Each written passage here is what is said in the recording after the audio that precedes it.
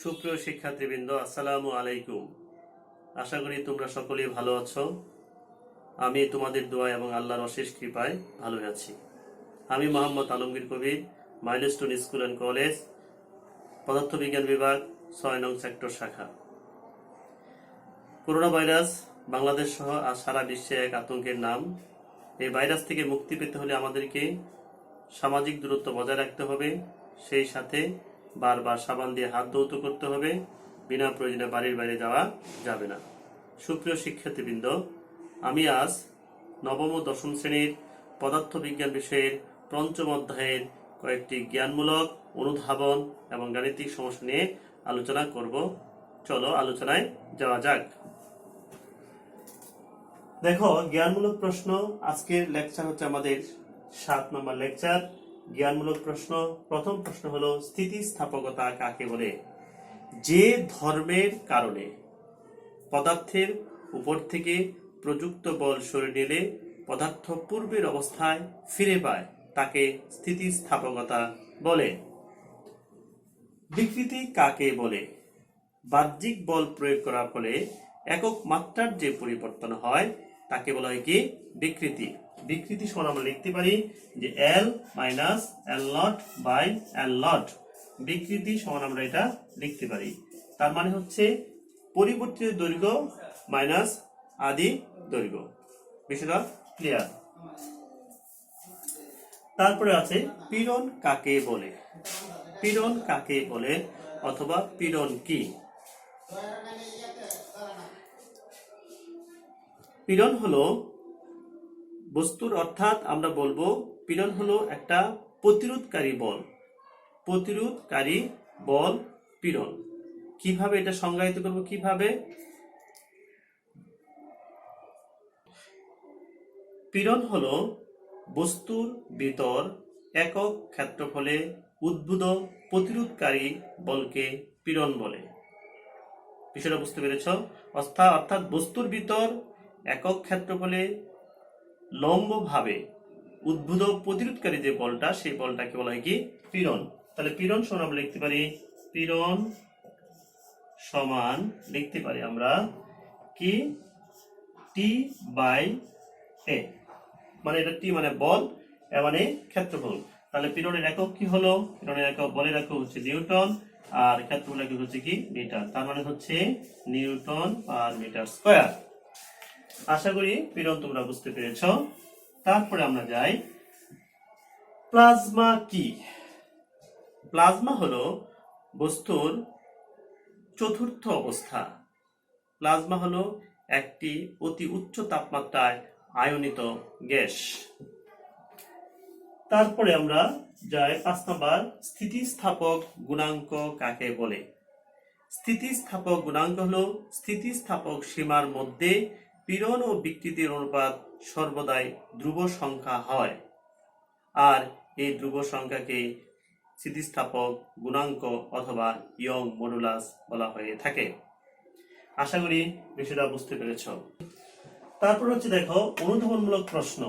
অনুধাবনমূলক প্রশ্নে 1 নম্বর প্রশ্নে বলা হয়েছে, সকল পদার্থের স্থিতিস্থাপকতা একই হয় না কেন? স্থিতিস্থাপকতা উদ্ভব ঘটে পদার্থের মধ্যে অবস্থানকারী অণু পরমাণু সমূহের পারস্পরিক আকর্ষণ বিকর্ষণের দরুন। এই বল অণুসমূহের মধ্যকার যে গড় দূরত্ব, সেই গড় দূরত্বের উপর নির্ভর করে। কঠিন পদার্থের মধ্যকার দূরত্ব অনেক কম, অর্থাৎ অণুগুলা অনেক কাছাকাছি অবস্থান করে। সেই তুলনায় তরল পদার্থের মধ্যকার দূরত্ব বেশি এবং বায়বীয় পদার্থের অণুসমূহের মধ্যকার দূরত্ব অত্যন্ত বেশি। এবং এই জন্যই কঠিন পদার্থের স্থিতিস্থাপকতা বেশি। কঠিন পদার্থের স্থিতিস্থাপকতার তুলনায় তরল পদার্থের কম, এবং বায়বীয় পদার্থের স্থিতিস্থাপকতা নেই বললেই চলে। তাহলে আমরা বুঝতে পারলাম যে স্থিতিস্থাপকতা একই হয় না, কারণ তার কিসের জন্য? তাদের মধ্যকার যে আকর্ষণ বিকর্ষণ আছে এবং দূরত্ব আছে, সেই দূরত্বর জন্য কি সকল একই পদার্থের স্থিতিস্থাপকতা একই রকম হয় না, অর্থাৎ ভিন্ন ভিন্ন হয়ে থাকে। 2 নম্বর প্রশ্নে বলা হচ্ছে কোন বস্তুর উপাদানের Young modulus 2 × 10⁻11 newton per metre square বলতে কি বুঝো? আমরা স্থিতিস্থাপক গুণাঙ্ক পড়ে আসছি, সেখানে কি বলছে পীড়ন ও বিকৃতি অনুপাত একটা কি ধ্রুব সংখ্যা, সেটি ছিল কি স্থিতিস্থাপক গুণাঙ্ক, এখানেও কি ওটা হলো কি ইয়ং মডুলাস। তাহলে আমরা কি বলবো, কোন বস্তুর উপাদানের Young modulus 2 × 10⁻11 newton per metre square বলতে বোঝায় স্থিতিস্থাপক সীমার মধ্যে কোন বস্তুর দৈর্ঘ্যের উপর কি বল প্রয়োগে বস্তুর দৈর্ঘ্য পীড়ন এবং দৈর্ঘ্য বিকৃতির অনুপাত কত হবে 2 × 10⁻11 নিউটন পার মিটার স্কয়ার, অর্থাৎ দৈর্ঘ্য পীড়ন এবং দৈর্ঘ্য বিকৃতির অনুপাত কি হবে 2 × 10⁻11 নিউটন পার মিটার স্কয়ার। আশা করি বিষয়টা বুঝতে পেরেছ। সুপ্রিয় শিক্ষার্থীবৃন্দ, দেখো গাণিতিক সমস্যা 1 নাম্বারটা আমরা দেখতে পাচ্ছি যে 1 মিটার লম্বা ও 4 × 10⁻4 মিটার স্কয়ার প্রস্থচ্ছেদের ক্ষেত্রফলের একটি লোহার দণ্ডের দৈর্ঘ্য বরাবর 4 × 10⁶ নিউটন বল প্রয়োগ করায় দৈর্ঘ্য বেড়ে 1.05 মিটার হয়। আমি এই বিষয়টা দেখো, তাহলে কি বলছে লোহার দণ্ডটির ইয়ং মডুলাস নির্ণয় করো। তাহলে যদি আমি এটাকে যদি একটু চিত্রভাবে দেখাই, যে মনে করি এটা হচ্ছে 1 মিটার একটা দণ্ডের একটা লোহার দৈর্ঘ্য, একটা লোহার দণ্ড আমরা যার প্রস্থচ্ছেদের ক্ষেত্রফল হচ্ছে 4 × 10⁻4 মিটার স্কয়ার। এখন এটাকে যদি বল প্রয়োগ করা হয়, বলা হচ্ছে এখানে যদি আমরা এত নিউটন বল প্রয়োগ করি, তাহলে তার দৈর্ঘ্য বেড়ে হয়ে যায় কত, অর্থাৎ তখন হয়ে যায় 1.05 মিটার, এটা হয়ে যায় তার দৈর্ঘ্য, পুরাটার দৈর্ঘ্য। আশা করি বিষয়টা বুঝতে পেরেছ। প্রথম দৈর্ঘ্য তখন দৈর্ঘ্য ছিল তখন ছিল 1 মিটার, তখন দৈর্ঘ্য ছিল কত 1 মিটার। পরবর্তীতে আমার দৈর্ঘ্যটা হয়েছে কত, বল প্রয়োগ করে কতটুকু বল প্রয়োগ করছি আমরা 4 × 10⁻6 নিউটন বল প্রয়োগ করায় তার দৈর্ঘ্যটা হয়েছে 1.04। তাহলে আমরা উদ্দীপক থেকে কি লিখতে পারি, এখানে আমরা লিখতে পারি, দেখো এখানে লেখা যেতে পারে এইভাবে, যেখানে কি আছে আদি দৈর্ঘ্য এবং কি দৈর্ঘ্য আছে, আদি দৈর্ঘ্য এবং আমরা আদি দৈর্ঘ্য দেখি এখানে কি আছে আদি দৈর্ঘ্য এখানে, তাহলে আমরা কি লিখবো তারটির আদি দৈর্ঘ্য আমরা L নট দ্বারা প্রকাশ করলাম, L নট সমান 1 মিটার, যেহেতু এখানে 1 মিটার দেওয়া আছে। আশা করি বিষয়টা বুঝতে পেরেছ। আদি দৈর্ঘ্য, তাহলে তারটির পরিবর্তিত দৈর্ঘ্য রয়েছে, তারটির পরিবর্তিত দৈর্ঘ্য অবশ্যই লিখতে হবে, এটা বাংলা লিখতে হবে, দৈর্ঘ্য হচ্ছে কতটুকু আমাদের 1.05 মিটার।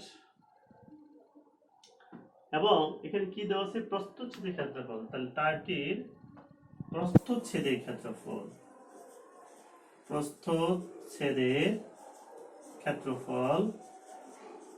ক্ষেত্রফল দেওয়া আছে আমাদের কত, ক্ষেত্রফলকে আমরা কি দ্বারা a দ্বারা প্রকাশ করেছি, a সমান কত দেওয়া আছে 4 × 10⁻4 কি হবে মিটার স্কয়ার, ক্ষেত্রফলের একক হচ্ছে কি মিটার স্কয়ার। ওকে, আর কি দেওয়া আছে প্রযুক্ত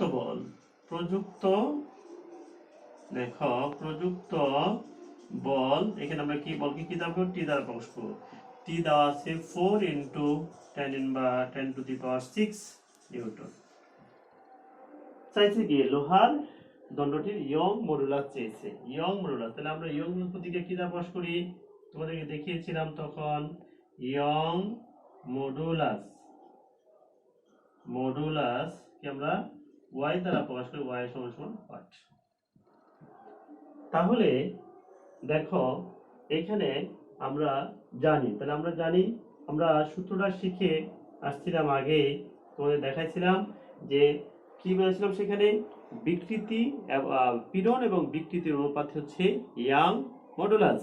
তাহলে সেক্ষেত্রে আমরা কি লিখছিলাম, আমরা লিখছিলাম বিকৃতি, এখানে কি লেখা যায়, টি বাই এ সমান সমান মোট সমানুপাতিক জন্য ইউ ওয়াই, এবং কি লেখা যায় এল মাইনাস কি এল নট বাই এল নট। এটা হলো আমাদের সূত্র। তাহলে এখানে টি হচ্ছে কি বল, এ হচ্ছে ক্ষেত্রফল, ওয়াই হচ্ছে ইয়ং মডুলাস, এল হচ্ছে পরিবর্তিত দৈর্ঘ্য, এল নট হচ্ছে আদি দৈর্ঘ্য, এবং এল নট হচ্ছে আদি দৈর্ঘ্য। আশা করি বিষয়টা বুঝতে পেরেছি। এটা হচ্ছে আমাদের সূত্র। তাহলে এখান থেকে আমাদেরকে কি বের করতে হবে, ওয়াই এর মান বের করতে হবে। তাহলে আমরা তাই করি, তাহলে যদি আড়াআড়ি গুণ করে দেই, তাহলে ওয়াই ইন্টু, খেয়াল করো, L minus L not into হচ্ছে এ সমান সমান টি ইন্টু এল নট। তাহলে আমরা y এর মান যেহেতু বের করব, আমরা বাম পাশে রেখে দিই, y সমান সমান কত হবে, t l not by a l minus l not. তাহলে দেখো এখানে আমরা যদি এখন মানটা দেখি বসাই দেই, আমরা দেখতে পাচ্ছি এখানে t এর মান হচ্ছে কত, 4 into 10 inverse 10 to the power 6, এবং l নট এর মান হচ্ছে 1 বাই এর মান হচ্ছে এখানে আমাদের 4 ইন্টু 10 ইনভার্স 4 ইন্টু এই এল এর মান হচ্ছে 1.05 মাইনাস এল নট এর মান হচ্ছে 1। তাহলে আমরা বিয়োগ করলে কত হয় দেখি, 10 to the power 6 by 4 into 10 to the power 10 inverse 4 into 0.05, এইটা ঠিক আছে। যদি আমরা এটাকে ক্যালকুলেশন করে আমাদের যে বিষয়টা আসবে, অর্থাৎ 4 into 10 to the power 6 K 4 into 10 to the power K 10 inverse 4 into 0.5 দ্বারা যদি আমরা ভাগ করি, তাহলে আমাদের আসে 2 into 10 to the power 11 newton per metre square. অর্থাৎ এখানে আমরা নিউটন পার মিটার স্কয়ার কেন লিখলাম, যেহেতু আমাদের কিসের একক, ইয়াং মডুলাসের একক হচ্ছে নিউটন পার মিটার স্কয়ার। আশা করি বিষয়টা তোমরা বুঝতে পারবে। তাহলে আমরা উত্তরে কি লিখবো, কিভাবে লিখবো, উত্তরে আমরা এইভাবে থেকে লিখবো, অতএব লোহার দণ্ডটির ইয়ং মডুলাস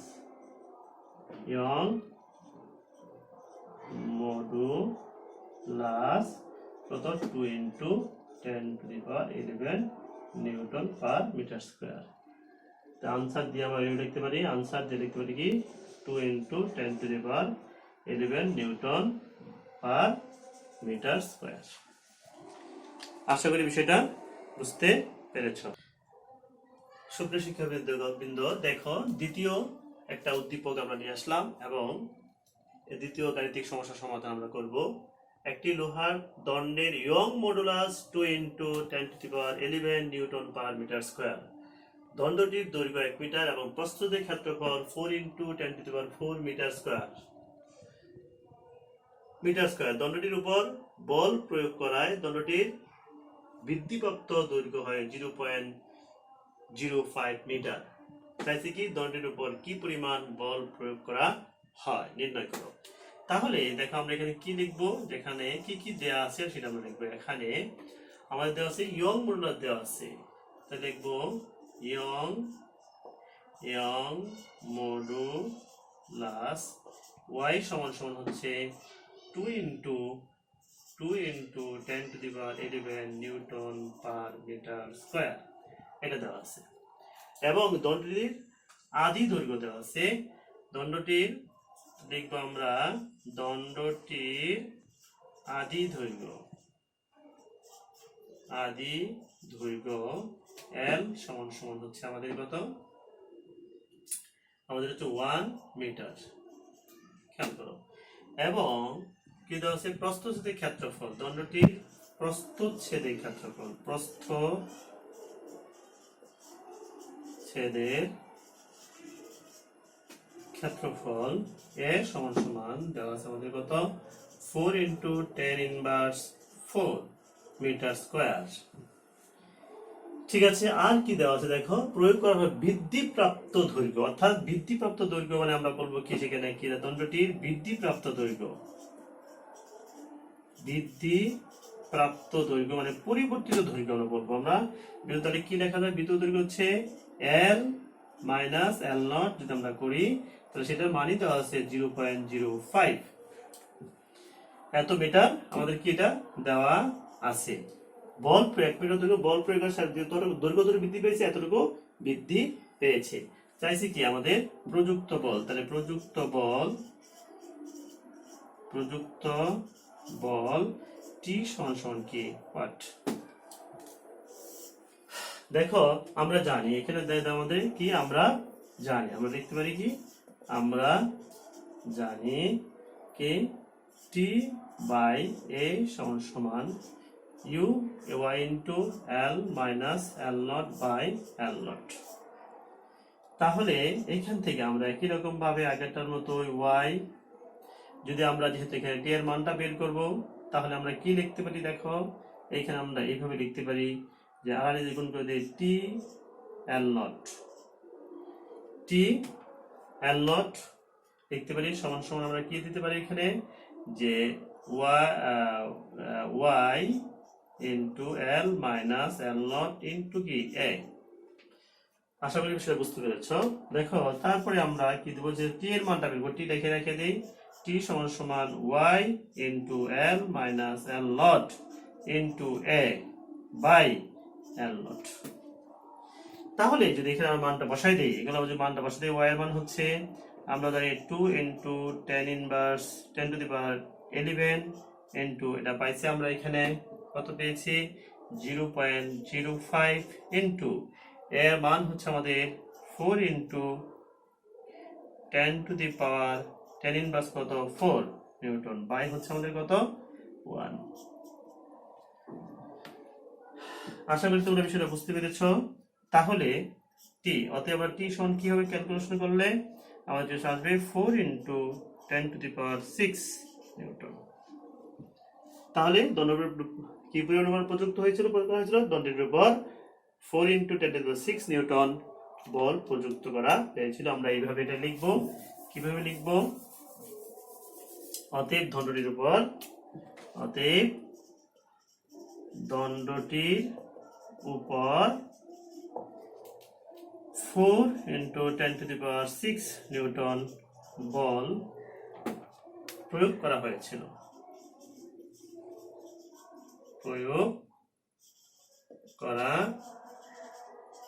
হয়েছিল, আনসার। আশা করি বিষয়টা তোমরা বুঝতে পেরেছ। আনসার হচ্ছে 4 × 10⁶ নিউটন। সুপ্রিয় শিক্ষার্থীবৃন্দ, আশা করি তোমরা বিষয়টা বুঝতে পেরেছ। আজকে এই পর্যন্তই। তোমাদের সকলকে ধন্যবাদ জানিয়ে এখানে শেষ করছি। আল্লাহ হাফেজ। আসসালামু আলাইকুম।